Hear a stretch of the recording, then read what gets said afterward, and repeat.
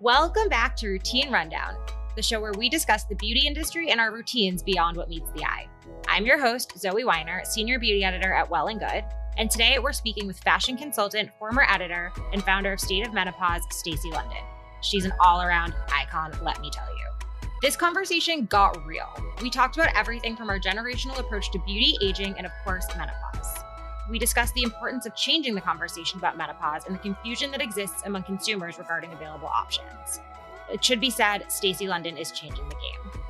Before we dive in, don't forget to please leave us a review, share this episode with a friend, and subscribe to our newsletter linked in the show notes to keep the conversation going.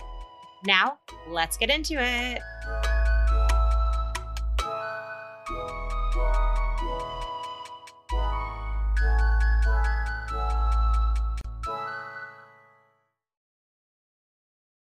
Welcome back to Routine Rundown. I'm Well+Good Senior Beauty Editor Zoe Weiner, and I'm here with Stacy London, who is an icon. You may know her from her gig hosting What Not to Wear. She is a fashion consultant, former editor, and now she is the founder of State of Menopause. We're so excited to have you here, Stacy, to talk all about beauty, menopause, aging, all the good things. Thank you, Zoe. I'm so happy to be here. And I feel like you are my ally at Well+Good. You've covered so much about State of Menopause and menopause in general, and I really appreciate it. So thank you. Stacy, we love everything that you're all about. You know, I think that you are doing really important work changing the conversation about menopause, which is starting the conversation really, because it's not something that people were talking about in this way until very, very recently. Yeah, I think it continues to grow, and we're still maybe a couple of years away from it being more mainstream and this kind of less stigmatized issue. A lot of the companies that you're seeing that are popping up surrounding the menopause experience aren't really all in the same category. And I think that sometimes consumers are very confused by what is truly available to them in terms of their choices, right? We have not been educated historically, men or women or any gender non-binary folks. Nobody's really been educated about menopause because I think there's so much shame associated with aging, and we conflate menopause and aging so much. And this is particularly difficult for women and those who identify as such because the patriarchy. So there's a lot of work to do, I think, when it comes to female physiology, female reproductive organs. We love to tell young people when they get their periods, now you're a grown-up. Now you've reached the age where, you are able to conceive. And we would never let a child go out in the world without understanding what fertility means, right? And what sexuality really means. And in a lot of cases, particularly when it comes to females, I think that is also the start of objectification in a way that we prize youth in this society for, right? We prize youth because it has to do with fertility. And I think on the opposite end of that, we reject the notion of the end of being able to biologically give birth because that somehow becomes sociobiologically less important. We become less valuable, right? But that's a very old and antiquated idea of what a woman's contribution in society is, or certainly anybody with female reproductive organs. So why not have a conversation much more about what the Japanese actually call menopause? They don't have a word for menopause. They say second spring. And the reason that I love that is because we don't look at menopause as really a gateway towards a completely natural, necessary transition. And every natural process in the body, everything about our lives has a natural beginning and end. That in and of itself is natural.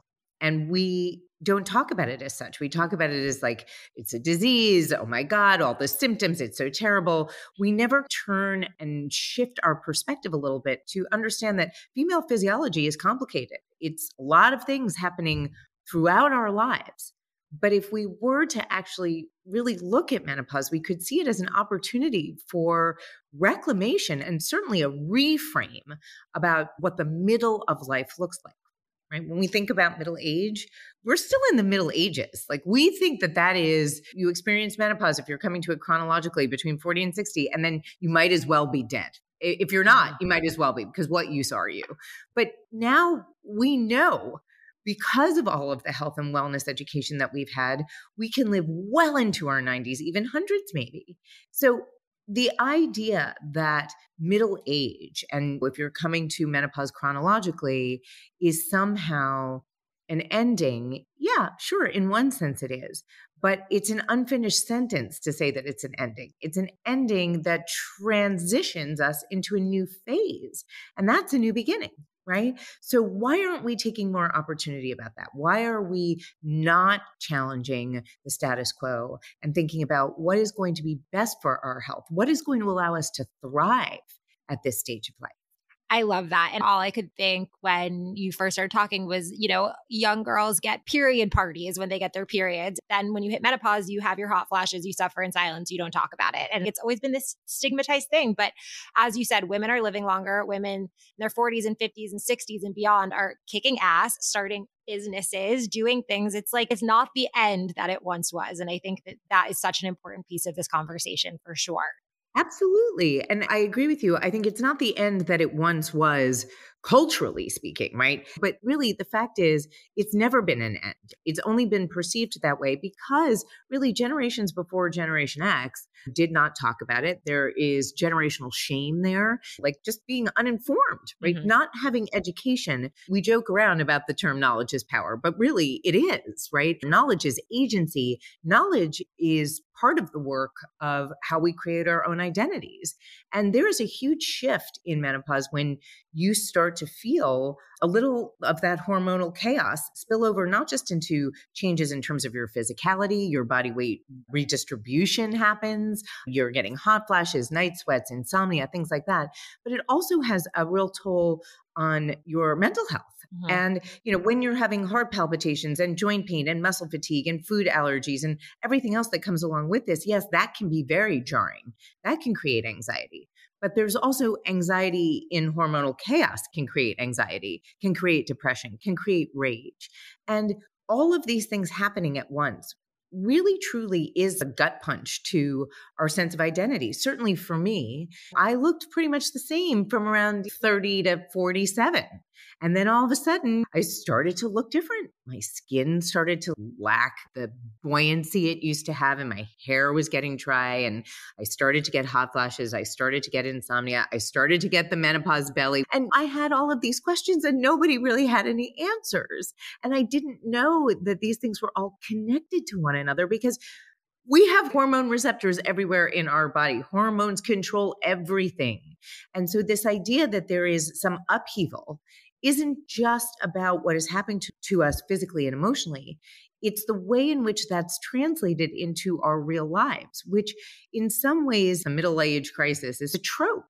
But at the same time, this is the time where there is a lot of hormonal chaos. There are a lot of changes in the body. We are not knowledgeable about them enough in order to be prepared in the way that we should be and armed with the right materials, whether it's menopausal beauty all the way to medical hormone treatment, right? These are all things that you should have intense and deep knowledge about way before you get here.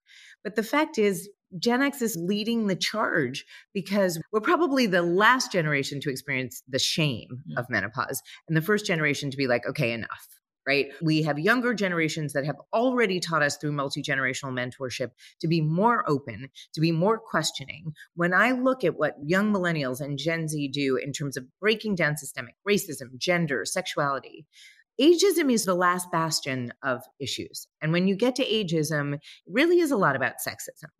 And when you get to that point and you see how stigmatized the subject of menopause is, and you see who is being most affected by that, it is the marginalized, right? Mhm. You start with women and you go down this rabbit hole and you see how much worse it is for women of color, or how much worse it is when we think about how ableist menopause is. And we don't think about those with chronic illnesses or conditions that make menopause even harder. So part of this for me is just how are we looking at issues that involve our hormonal lifespan, Mhm. right? If we're going to talk about periods, if we're going to talk about pregnancy or postpartum or even infertility, we have to contextualize menopause in that conversation so that you know what is coming if you're a young person. You can finally start to connect the dots, get that knowledge that you need in order to make educated choices about what is best for you.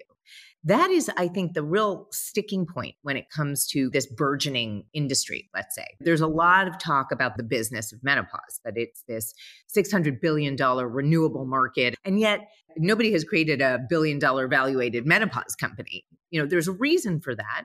And part of it is that we still have a consumer who is either not willing or not educated enough to really make choices about what to do in menopause, may not even be connecting the dots that these issues are menopausal, and is spending that money elsewhere trying to feel better, right? That's what this is all about. How do we take agency over our physical and emotional lives at this stage, if you have not been educated, and find ways to feel better? We're not just doing things that are preventative in terms of aging.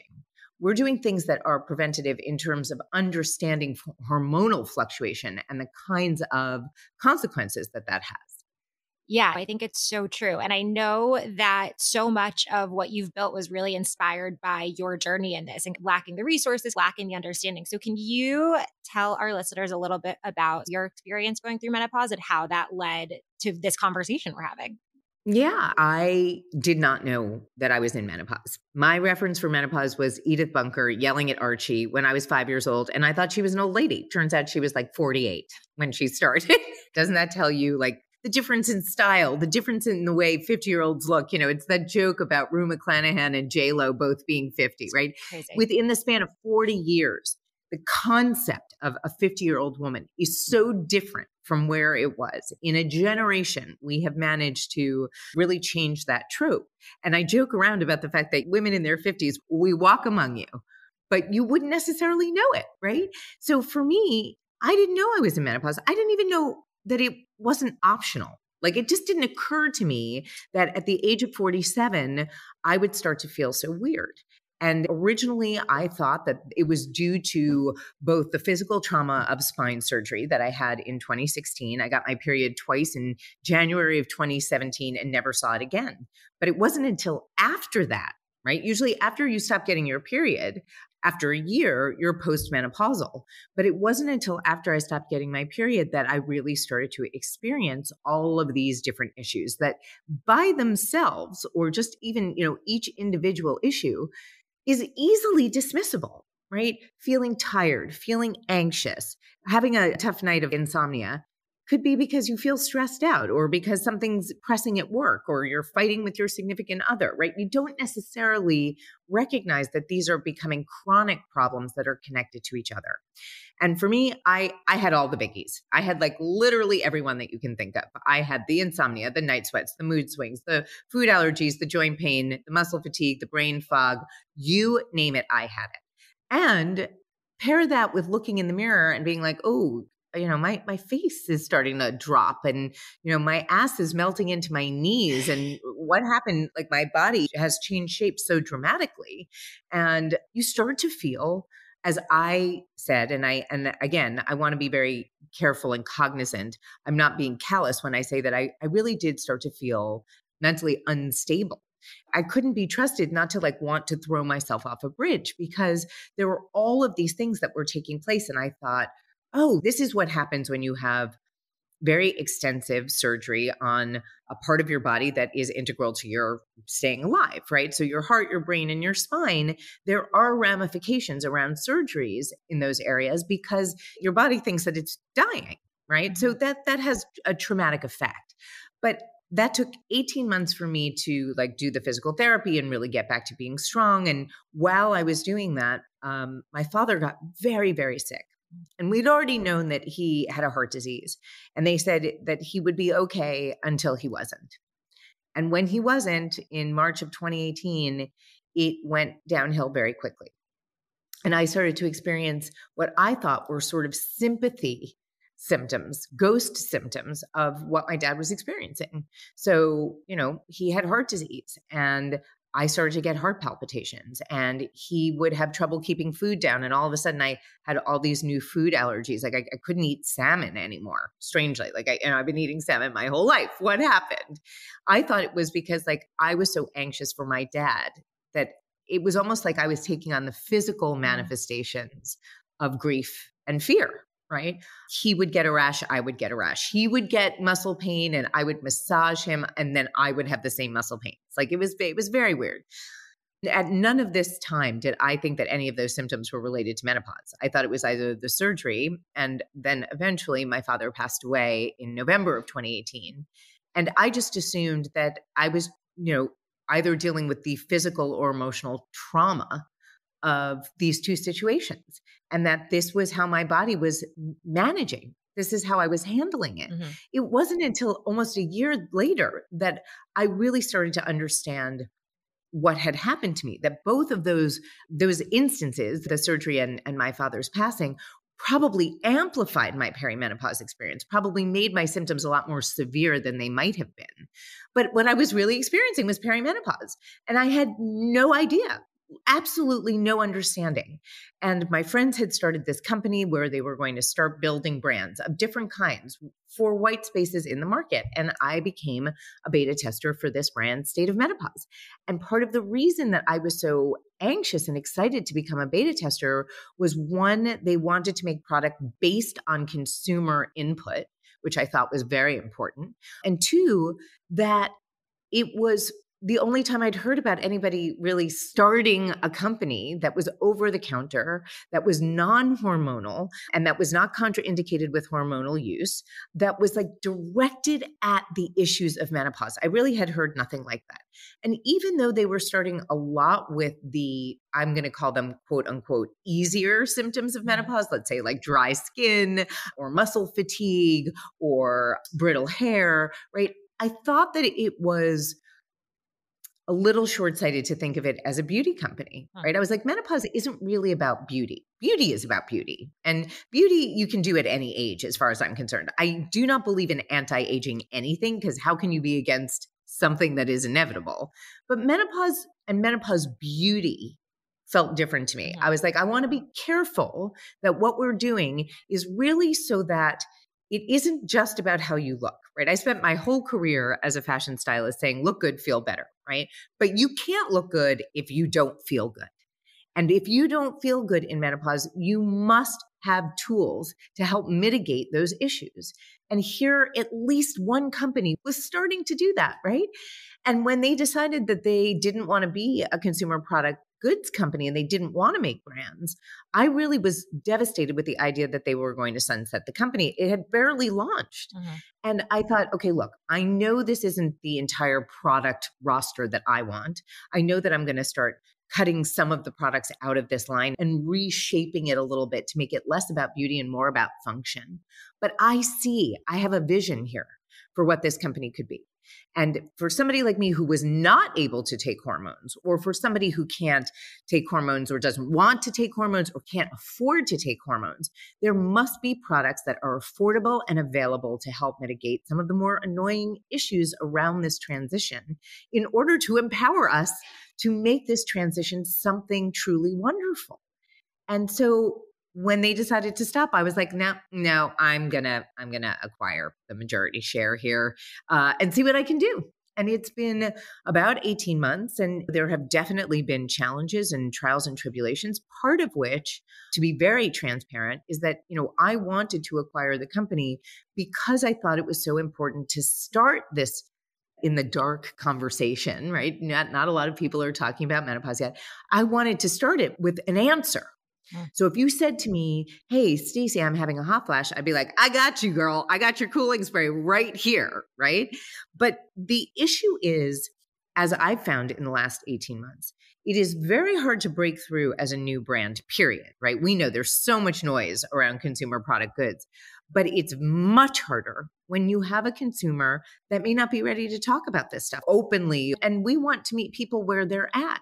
We want to encourage you to have these conversations with your friends, with your family, with your significant other, with your doctors. We want to help you have those conversations with your doctors or your care practitioners, just so that you feel more in control of this moment, right? I mean, I always used to say about fashion, wear what you want, as long as you're controlling the narrative, as long as what you wear gets you where you want to be in life, right? Being prepared, there's nothing like being prepared.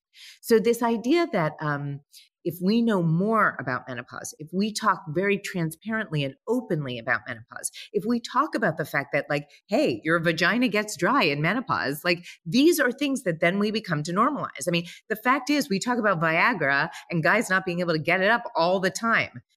Why is that okay? And yet it's not okay for women who have really traditionally been taught, I think very subliminally been taught to be afraid to be in their bodies or afraid of what their bodies do, that we start to have these more normalized conversations. This isn't a question of a value judgment, right? We're all going to go through this. 52% of the population is going to experience menopause. And in 2025, 12% of the Earth's population, 1 billion people, the population of China, will be in menopause. Wow. How can we not be talking about this? How can we just let people sort of off to their own devices when not knowing about these things makes you less prepared, more scared, and potentially it's a more difficult experience, right? But if we're open and honest and transparent about what we are experiencing instead of being afraid or ashamed, then we open up this conversation and make it easier for everyone now and everyone who comes after us. And that has always been the goal of any kind of issue that feels like it is shameful, that it's, what I like to call innovating for the darkness, right? That's what we're doing as a company. Because when things are in the dark, they always are scarier. That's the monster under your bed. Those are the demons in your closet. They're always in the dark, right? But the minute that you shine a light on them, you pull those pants out that don't fit anymore and you give them to somebody else, or you donate them to Goodwill or whatever it is, right? The minute that you let go of what you were to become who you are, you are already more empowered and more in control of your life. And so my feeling is, if you know what to do about your period, if you have been using tampons and pads and cups your whole life, well, then you need to know what to do when you get to menopause, when, you may experience vaginal dryness, painful sex, dry skin, things that are going to be uncomfortable unless you have, hey, great product on hand to help you through it. That's the idea. That's it. It's as simple as that.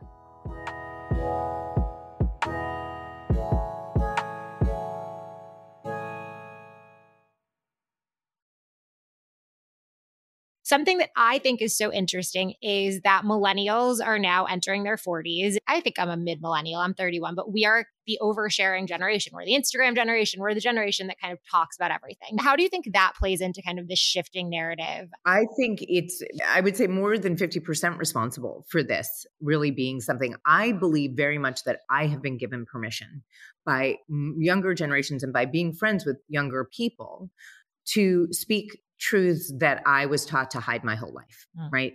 I grew up as a Gen Xer and we were taught like, always be like a duck, like unruffled, gliding along the water, but paddling like hell underneath. You just never want anybody to know how hard you had to work or you had to make it all look effortless, right? And there was only like one person who could win. There was one job or one person to date or whatever it was, right? There was always this sense of competition. Not just competition with each other, but this kind of competition that you were always meant to, beat yourself. You were always meant to improve and evolve. And, this idea of linear trajectory of success. And none of that is true anymore. We do not live linear lives. And partly we are seeing that entire kind of industrial revolution structure of like the parents with the 2.2 children and the white picket fence, and one person goes to work and one person stays home with the children. That has been decimated by the technological revolution. None of those things are true anymore, right?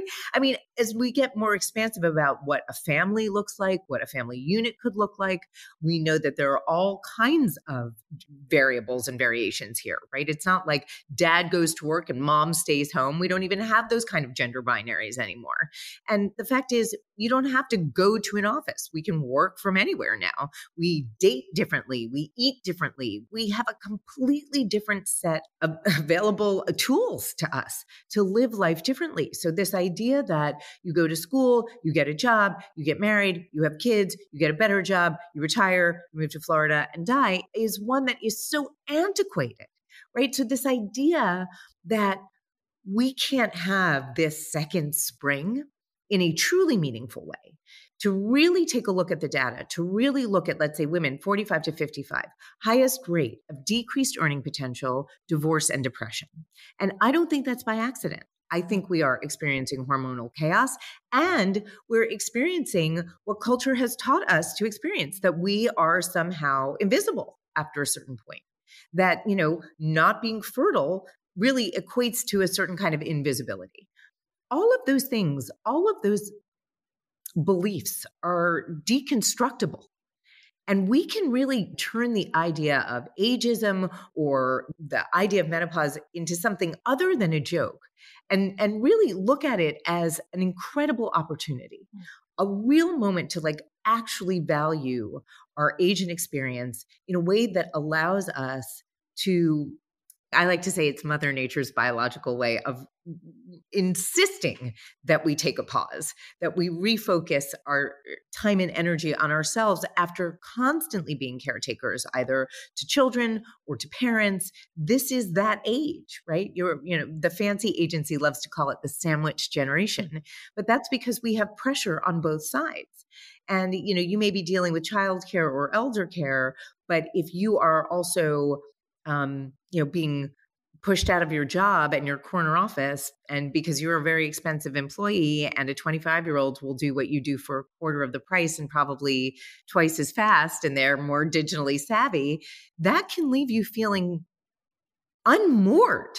It can make you feel like you are just absolutely losing any sense of self-esteem and importance and value. But what if we were to change that? What if we were to say, hey, you're just hitting your stride when you get to 50? What if 50 is when you turn everything around and do everything that you always wanted to? You spent the first 50 years of your life either establishing a career, raising a family, or both. And now you have the opportunity to say, this next 50 years is about me. I'm going to turn my side hustle into a main hustle. I'm going to travel the world. I'm going to do this with my family. I'm going to stay with my job, but I want to change my job title. I mean, this is the opportunity for us to think about not just what are we going to do with 10 years from 50 to 60? What are we doing from 50 to 80, right? Everybody thinks it's so cute to be old couple, hold hands on a bench. So sweet, right? But nobody wants to age. Why? Aging is awesome. I mean, aside from not wanting the alternative, which is an eventuality, right? I think the problem with aging and the reason that we struggle so much, especially in middle age, is that our parents start to die and we start to recognize that we are next, right? Mm-hmm. That's more days behind us than in front of us. But doesn't that actually mean that we should value time more at this stage of life, that we can value our actions more, and all of our determination really should be around all this extra time in the middle is a gift.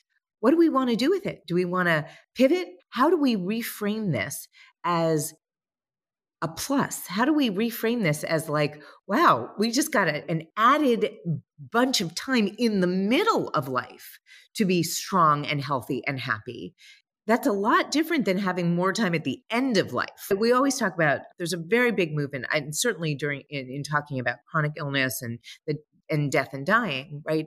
People want to die well, but it's much more important that we live well, and that we live well for as long as we can. And if you, again, are prepared for what changes come with menopause, like the decrease in estrogen really affecting bone density, well, then you'll know strength training is super important to protect your bones when you age. These are things that make you mobile longer, give you more physical freedom and actual freedom from having to need care or assisted living or things like that. And we want to look at 50 as, well, we're still vibrant. We're still young enough to lead an entirely new life. I'm on my 4th career. I mean, think about that. I've got so much more in me to do. And now, for the first time ever, I feel like I am confident enough about how to manage my health at this stage of life to really be able to enjoy and, treasure and kind of celebrate all of this extra time that I'm going to have to do fun, cool, new things. Yeah, I think along with this fear that you're talking about that people feel about aging and how that needs to change, I think particularly for women, there is a fear. I don't know how Always. better to put it. What do you think? And I know you mentioned you hate the term anti-aging. I agree with I you. hate it. What do you think needs to change about the way we talk about beauty for women in this phase of their lives? And how can we do Well, better to talk about it? I mean, it's a very smart question, Zoe, and I'm not sure it's necessarily one that I can answer. I mean, I love to say there's a great quote that I read that's like, be beautiful enough to pity the blind beholder, right? Hmm. Because this idea of beauty is in the eye of the beholder is just not true, right? I mean, of course, yes, like some people are going to think we're beautiful, some people aren't. Like, it's really what we think about ourselves. And this idea that you are beautiful enough to see in yourself what somebody else may not, to me is very important, right? That is truly the cornerstone of self-esteem. And it is a little bit tricky because in some ways, I feel like Gen X has been the first generation to be able to delude themselves about how old they are, because we came up with the rise in Botox and filler and things in a way that make us, honestly look younger than we are, right? It's kind of the joke, we walk among you. But part of the reason is because we've been erasing age cosmetically now for a while. This isn't just good skincare. Anybody who's telling you that like lotion is the reason they have no wrinkles is lying. And that is just the truth. Like, lotion can keep you hydrated, lotion can do lots of things, but it cannot stop you from aging, right? I mean, retinol, I get it. Fine lines, we get it. But like, truly, lotion will not stop aging. It is that there are more cosmetic and invasive procedures that allow us to look younger than we are. And the fact around that is that, like, it really shouldn't matter whether you choose to use Botox or filler or get a facelift or you just want to use an Instagram filter. Do you know what I mean? Mm-hmm. The point is, we just have to come to terms with that we age, that we die. Those are bigger kind of philosophical things. But when it comes to beauty, what I truly believe is that as we age, mobility is got to be part of, and agency is got to be part of what we consider to be beautiful about ourselves. And so exercising, good nutrition, good sleep hygiene isn't because you don't want to look your age. It's because you want to age and be strong and healthy enough to enjoy it. Hmm. I think also part of the reason that we're afraid of aging is because we're all afraid of being infirm. We're all afraid of being sick. So this isn't so much just, oh, I don't want to look old, right? This is about change your mindset from what age you look to what age you feel. And that is much more about how do we lead enriching lives without thinking about what this cultural standard of beauty is, right? The more that we can each individually define our own standard of beauty, the more we move the needle in terms of culture. And when I look at companies like Style Like You, who I was lucky enough to do an interview with, and they do an interview series called What's Underneath, where you strip down to your underwear, where you are literally physically bare and emotionally bare. If you watch that series, if you watch all of the speakers that they have and all of the topics that they have covered, how people fall back in love with themselves after beating themselves up for years, or how people have come to respect their physical selves or their mental health or whatever it is absolutely astounding. And this idea that there is no one in the world before or after you that will ever be like you, that you are this mixture of unique billions of atoms, that nobody else can be except you, then why wouldn't you value yourself at any age, right? Mm-hmm. I mean, it's incredible to think about the fact that there is no one in the world who is you or like you. Think about what that means you have to offer every time you meet another person. We don't want to give that up at a certain age because we're told that we're no longer beautiful or we don't meet the standards of cultural beauty. We have to go about changing those standards individually and then collectively, and then they just start to move. That's the way movements develop.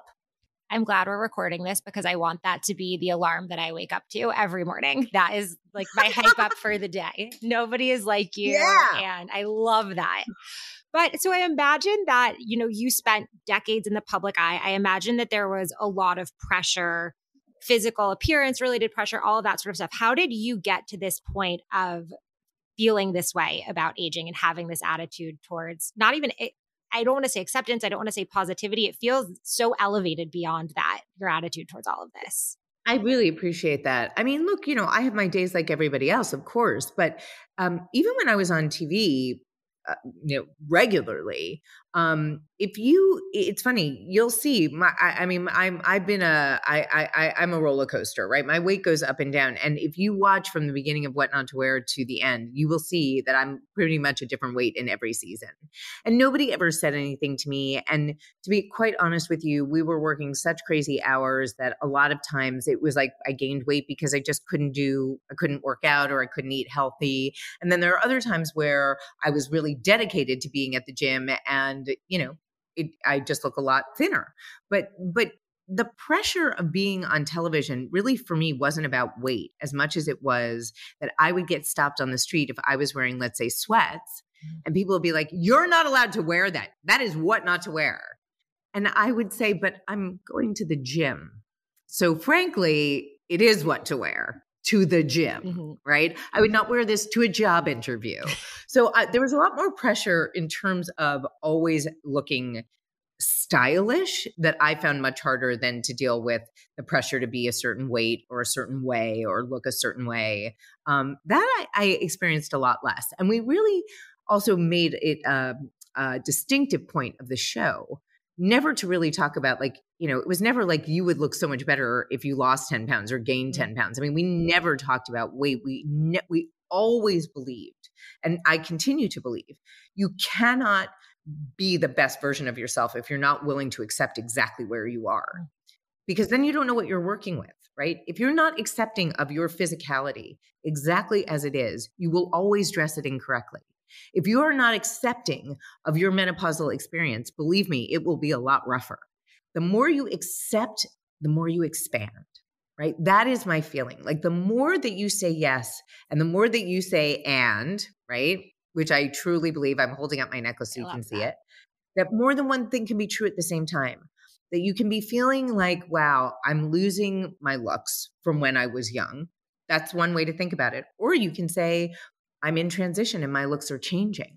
What does that mean? What do I get out of that? How can I not only accept that, but embrace it? How does my style change? How does my beauty routine change? What kind of menopause products do I need in order to improve the quality of my day rather than take away from it? These are the questions and challenges that we get to ask ourselves at every stage of life, right? It's just that we don't talk about this one.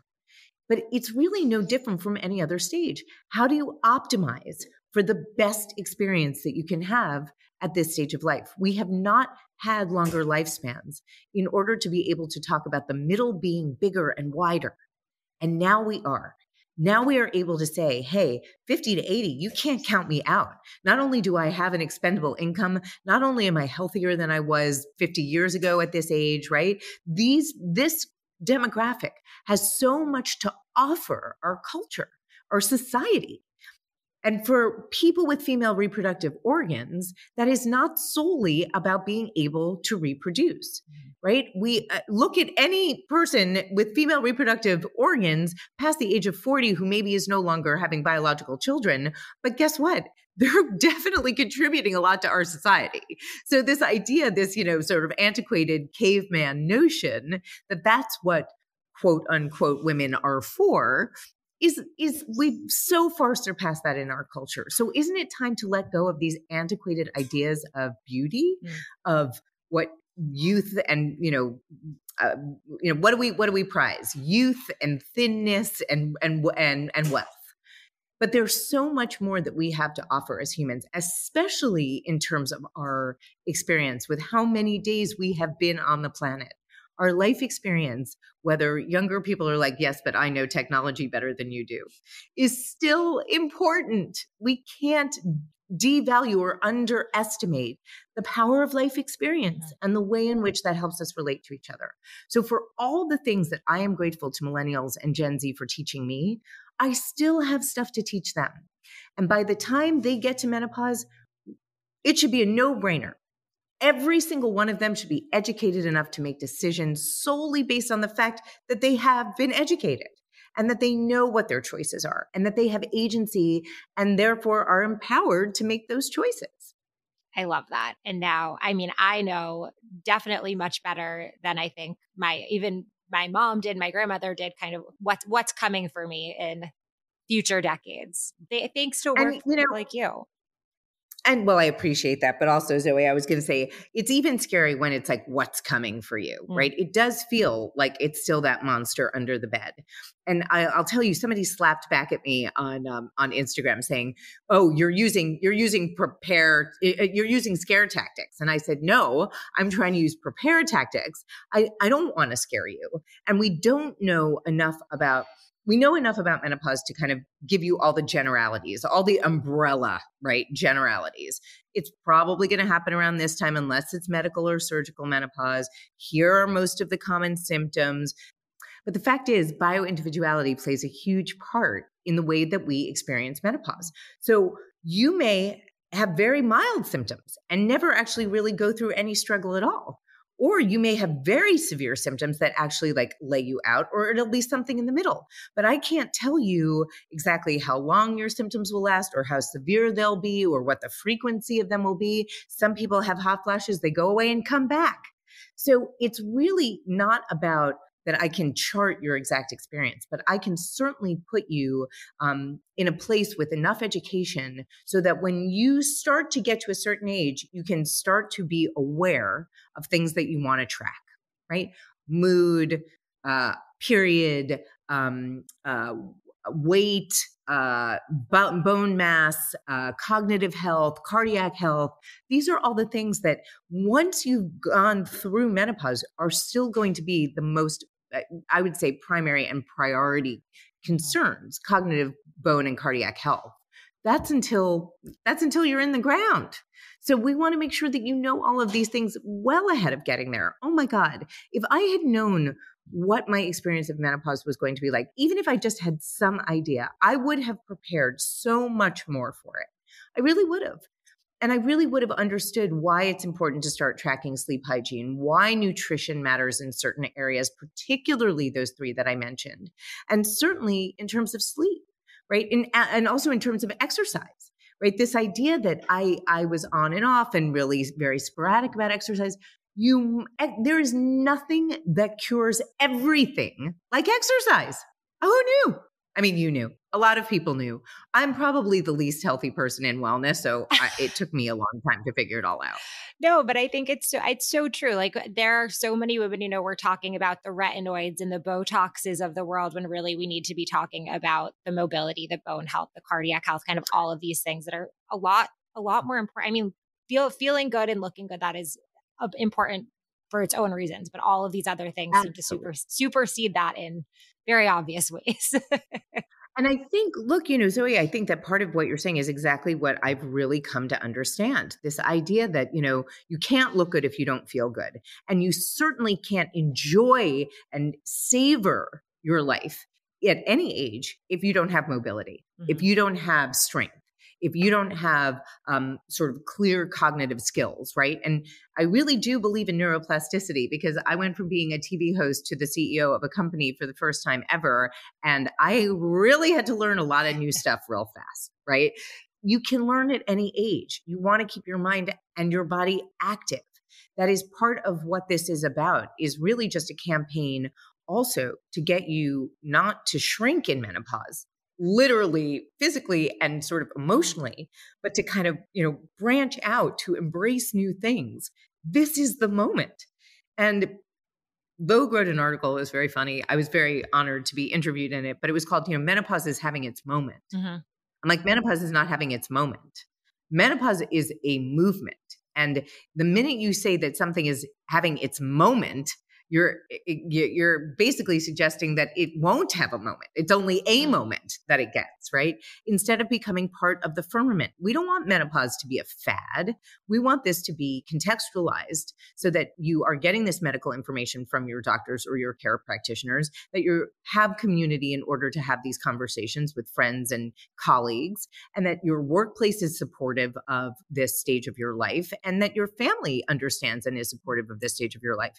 That requires a ton of conversation, communication, and just banging the same nail onto the wall over and over and over again until it's strong enough to hang the pictures, right? I mean, like, that is where we are right now. We are building the vertical of menopause. We are building that. So eventually there will be a menopause aisle in your, neighborhood grocery store or drugstore. Those are the things that are going to matter. And you won't have to be embarrassed to go in and say, all right, where is that menopause aisle? Where are the vaginal dryness products? We've been taught to be embarrassed of our own biological, physiological selves. How crazy is that we have endured that, particularly women and those who identify as such, I think have really endured this terrible shame about just being who we are. That is changing. The more that we break down all of these kind of patriarchal lenses when we look at society, when I think about the fact that I have been walking around my whole life opening door handles that were designed for and by men, I'm like, oh my God, it's everywhere. It's everywhere, this gender inequity. It's everywhere. This is where we start to change that conversation in women's health and wellness. That's where we start, because that's where we've been shortchanged the most. And that's where we start to make the difference, I think, in moving this conversation. And eventually that, turns to aging, that, you can't count us out. So the last thing I want to ask you, because this is routine rundown, tell me a little bit about your routine. What's on your face in the morning and at night? Oh, okay. Well, I'll tell you right now. What's on my face in the morning and night? Okay, so morning is always Iris and Romeo hyaluronic acid spray, and then the State of Menopause face oil, and then the State of Menopause cooling gel. I find that not only kind of keeps my skin feeling cool so I don't have a hot flash, but it's a gel. It's made with vegetable squalene. So no whales were harmed. Obviously, we're Leaping Bunny certified, but I do like it because it really absorbs into the skin quite quickly and makes it very easy if I want to put on, let's say, some concealer. It just like gives you the perfect texture on your skin. So I use Iris and Romeo makes a kind of a sunscreen tinted moisturizer concealer, and I use that in the mornings. I use the Winky Lux eyebrow pencil, and then I use the Westman Atelier blush stick. Lipstick, it really depends on the day, but my favorite company for lipstick is About Face, Halsey's makeup company. I think her products are absolutely incredible. Absolutely incredible. And then at night, I usually wash with whatever gentle face wash I have. I do my cooling spray, the State of Menopause cooling spray.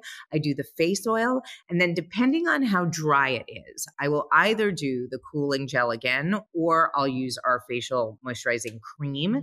That's much heavier. So I use that more in, as we go into fall and winter, you need more moisture, something thicker as a protective barrier for your skin at night. So that's it. That's my regimen.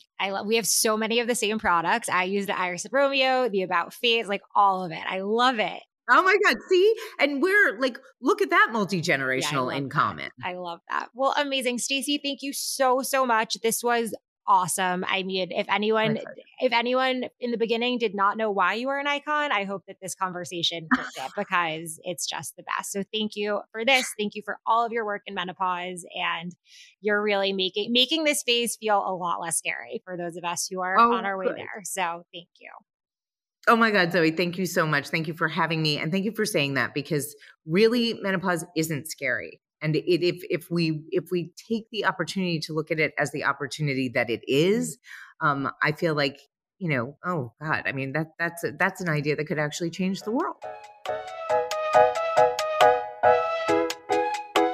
On today's show, you heard me, your host, Zoe Weiner, in conversation with Stacy London. Routine Rundown is a Well+Good Studios production. If you like what you heard, please share with a friend or two so they can join the conversation too. We also have a newsletter for you to subscribe to, which we've linked in the show notes for extra insight on all things mentioned in today's episode. And if you feel so moved, you can always drop us a line at podcast@wellandgood.com. Routine Rundown is produced by Taylor Camille, Jen Snyder, and Abby Stone, along with help from many other hands and brains at Well+Good. Our episodes are edited by Sarah Gabrielli and Maya Stone, with additional production support from Malia Agadello and Ashley George. Our theme music was created by Nick Doss, and our show art was designed by Natalie Carroll, Jenna Gibson, and Alyssa Gray. On the next episode of Routine Rundown, it's a very limited approach versus what are some of the energetic reasons I have acne. For one, I was so anxious that I wasn't digesting my food well. So there was this overgrowth of toxicity in my system. I wasn't releasing enough, and that in turn congests the blood. It recirculates through the body. It is a contributing factor to acne. So when I could see, I need to find ways to deal with my anxiety, I need to find ways to connect inside, it all started to work together. My GI tract started to function better, my digestion, and then your nervous system. Everything is interconnected.